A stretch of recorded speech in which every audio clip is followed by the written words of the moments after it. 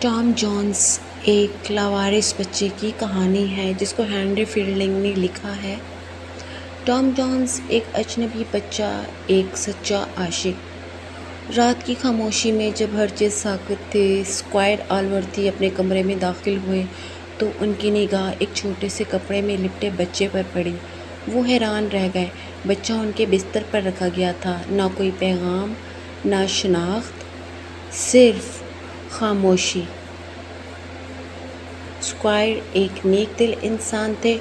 انہوں نے بچے کو گود لے لیا اور اس کا نام رکھا ٹام۔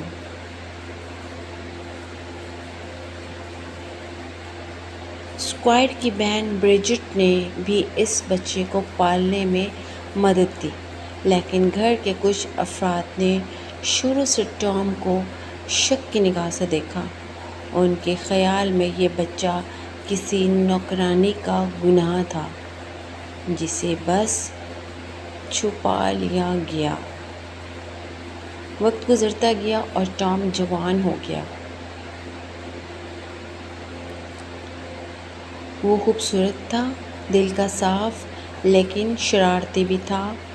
کبھی کسی کا دل جیت لیتا، کبھی کسی کی ناراضگی مول لیتا۔ اس کے برعکس اسکوائر کا بھانجا بلیفل نہایت شریف اور سنجیدہ نظر آتا تھا، لیکن اندر سے وہ حسد، لالچ اور منافقت سے بھرا ہوا تھا۔ ٹام کی زندگی میں سب سے خوبصورت لمحہ وہ تھا جب اس کی نظر پڑی ایک لڑکی پر، صوفیا ویسٹرن۔ صوفیا اس علاقے کی سب سے حسین اور نیک دل لڑکی تھی۔ دونوں میں خاموشی سے محبت نے جنم لیا۔ ٹام کی سادگی اور سچائی نے صوفیا کا دل جیت لیا، لیکن ان کے بیچ راستے کی سب سے بڑی دیوار تھا۔ صوفیا کا باپ، جو صوفیا کی شادی بلیفل سے کروانا چاہتا تھا۔ بلیفل نے ٹام کے خلاف سازشیں شروع کر دیں۔ اس نے اسکوائر کے دل میں ٹام کے خلاف زہر بھرا اور ایک دن ایسا آیا جب ٹام کو گھر سے نکال دیا گیا۔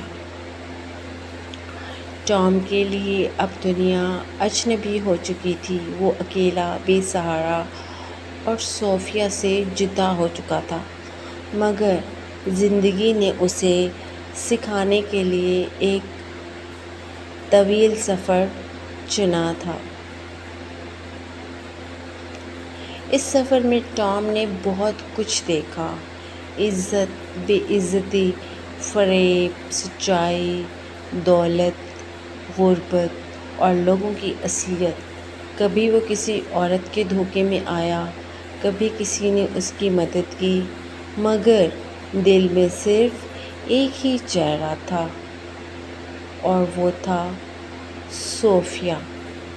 دوسری طرف صوفیا بھی بلیفل کے دباؤ میں تھی، مگر اس نے ٹام سے اپنا رشتہ کبھی نہیں توڑا۔ ایک دن صوفیا کو معلوم ہوا کہ ٹام نے کچھ ایسی عورتوں سے تعلق رکھا ہے جو معاشرے کی نگاہ میں اچھی نہیں سمجھی جاتیں۔ وہ دل برداشتہ ہو گئی۔ ٹام کا خط واپس لوٹا دیا۔ ٹام یہ سب سن کر ٹوٹ چکا تھا، لیکن قسمت کو کچھ اور ہی منظور تھا۔ سچ ایک دن سامنے آ گیا۔ بلیفل کی ساری چالاکیاں، سازشیں اور جھوٹ بے نقاب ہو گئے، اور اصل حقیقت یہ تھی کہ ٹام صرف کوئی اجنبی بچہ نہیں تھا، وہ اسکوائر کی بہن برجٹ کا اپنا بیٹا تھا۔ یہ خبر اسکوائر کو ملی تو وہ شرمندہ ہوئے۔ انہوں نے ٹام سے معافی مانگی اور اسے اپنا بیٹا تسلیم کر لیا۔ ٹام جو کبھی گناہ کی اولاد سمجھا جاتا تھا اب عزت اور وراثت کا حقدار تھا۔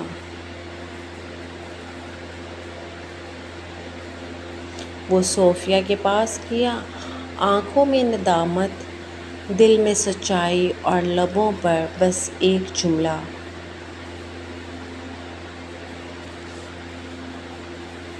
میں نے تمہیں چاہا لیکن خود کو سمجھنے میں وقت لگا، اگر تم مجھے معاف کر سکو تو میری زندگی میں دوبارہ روشنی آ سکتی ہے۔